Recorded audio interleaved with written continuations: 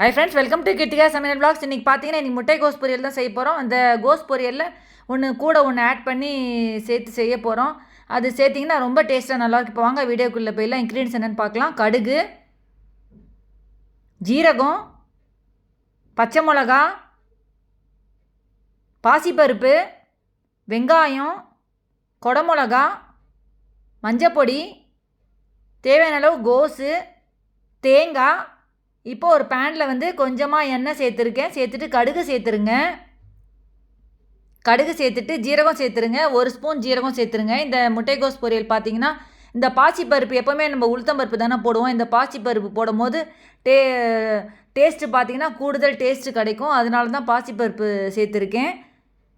ஒரு 1/2 ஸ்பூன் பாசிப்பருப்பு அதில் சேர்த்துருக்கேன். அடுப்பை நல்லா மீடியம் சைஸ்லேயே வச்சுட்டு அதை கலரி விடுங்க. என் சேனல் இப்போ தான் ஃபஸ்ட் டைம் பார்க்குறேன். கீழே சப்ஸ்கிரைப் பட்டன் இருக்கும், அதை ப்ரெஸ் பண்ணிட்டு பக்கத்தில் இருக்கிற பெல் பட்டன் ப்ரெஸ் பண்ணி ஆல்ன்ற பட்டன் ப்ரெஸ் பண்ணி நான் போடுற வீடியோ நோட்டிஃபிகேஷன்ஸாக வரும். இந்த கோஸ் பொரியல் பார்த்தீங்கன்னா ரொம்ப டேஸ்ட்டாக நல்லாயிருக்கும் இந்த மாதிரி செஞ்சிங்கன்னா. இப்போ இதில் பச்சை மிளகா சேர்த்துடலாம். 2 பச்சை மிளகா நான் சேர்த்துருக்கேன். வெங்காயம் வந்து ஒரு பெரிய வெங்காயமாக கட் பண்ணி எடுத்து வச்சுருக்கேன். அதை இதில் சேர்த்துக்கலாம். அதை சேர்த்துட்டு இதை நல்லா அப்படியே கிளறி விட்டுருங்க. இந்த கோஸ் பொரியல் பார்த்தீங்கன்னா உங்களுக்கு வந்து சாம்பார் சாதம், ரச சாதம் இது எல்லாத்துக்குமே சைட் டிஷ்ஷாக அது வச்சு சாப்பிட்லாம். இப்போ இதில் அரை குடமிளகா நான் கட் பண்ணி எடுத்து வச்சுருக்கேன். அதை சேர்த்துடலாம். சேர்த்துட்டு அதை நல்லா அதை வதக்கி விட்டுக்கோங்க. இந்த குடமிளகா சேர்த்து செய்யும் போது கூடுதல் டேஸ்ட்டு கிடைக்கும். யாருமே உங்களுக்கு வந்து இந்த கோஸ் பொரியல் வந்து வேண்டாம் அப்படின்னு சொல்ல மாட்டாங்க. ரொம்ப விரும்பியும் சாப்பிடுவாங்க இந்த பொரியல். இந்த மாதிரி நீங்கள் செஞ்சீங்கன்னா நீங்களும் வீட்டில் செஞ்சு கண்டிப்பாக ட்ரை பண்ணி பாருங்கள். வேறு என்ன டவுட்ஸ்னு கமெண்ட் பாக்ஸில் கேளுங்க. இப்போ இதில் மஞ்சப்பொடி சேர்த்துடலாம். இன்க்ரீடியன்ஸில் வந்து உப்பு நான் காமிக்கிறதுக்கு மறந்துட்டேன்.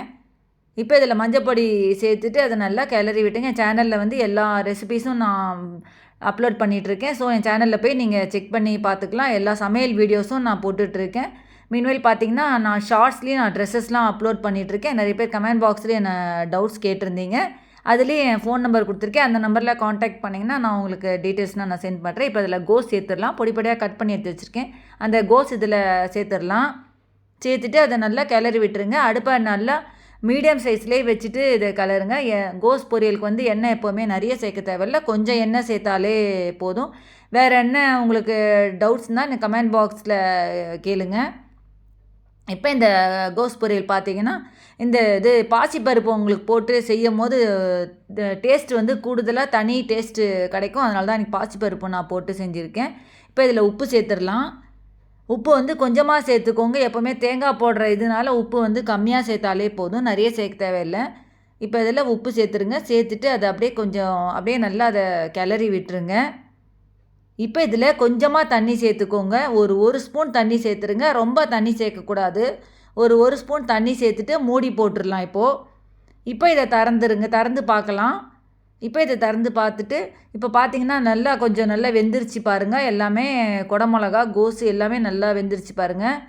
இப்போ இதில் வந்து தேங்காய் சேர்த்துருங்க. தேங்காய் சேர்த்துட்டிங்கன்னா ஒரு அருமையான ஒரு முட்டை கோஸ் பொரியல் ரொம்ப ஈஸியாக சிம்பிளாக டக்குன்னு செஞ்சிடலாம். இப்போ இந்த தேங்காய் சேர்த்துட்டு இதை கிளறி விட்டிங்கன்னா உங்களுக்கு ஒரு அருமையான ஒரு கோஸ் பொரியல் ரெடி ஆகிடுச்சு பாருங்கள். இந்த கூடுதலாக டேஸ்ட் உங்களுக்கு வந்து இந்த கேப்சிகம் போட்டு செஞ்சிங்கன்னா உங்களுக்கு கூடுதல் டேஸ்ட் கிடைக்கும். நீங்களும் வீட்டில் செஞ்சு கண்டிப்பாக ட்ரை பண்ணி பாருங்கள். இப்போ ஒரு பவுலில் நம்ம ட்ரான்ஸ்ஃபர் பண்ணிக்கலாம். அவ்வளோதான் ஃப்ரெண்ட்ஸ், இந்த முட்டை கோஸ் பொரியல் ரெடி ஆகிடுச்சு பாருங்கள். இந்த வீடியோ கண்டிப்பாக உங்களுக்கு பிடிச்சிருந்து நினைக்கிறேன். லைக் பண்ணிவிட்டு சப்ஸ்கிரைப் பண்ணி ஆல்ன்ற பட்டன் ப்ரெஸ் பண்ணி தான் நான் போடுற வீடியோ நோட்டிஃபிகேஷன்ஸாக வரும்.